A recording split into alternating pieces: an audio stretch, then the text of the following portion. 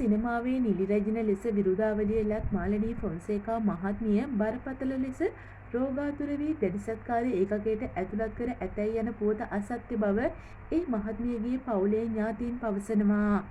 එසේ වෙතත් මේ වන විට ඇය ඇති වූ රෝගී තත්ත්වයක් හේතුවෙන් කොළඹ පෞද්ගලික රෝහලක ප්‍රතිකාර ලබමින් සිටිනවා.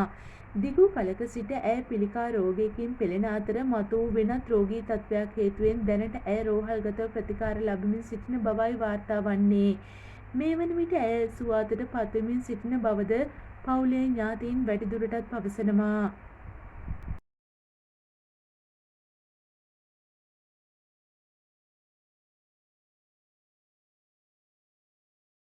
තාමත් ඔබ අපව සබස්ක්‍රයිබ් කරලා නැත්නම් දැන් අපව සබස්ක්‍රයිබ් කරන්න. බෙල් බටනේ ක්ලික් කිරීමෙන් අපගේ නවතම වීඩියෝ දැන් ඔබට නරඹන්න පුළුවන්.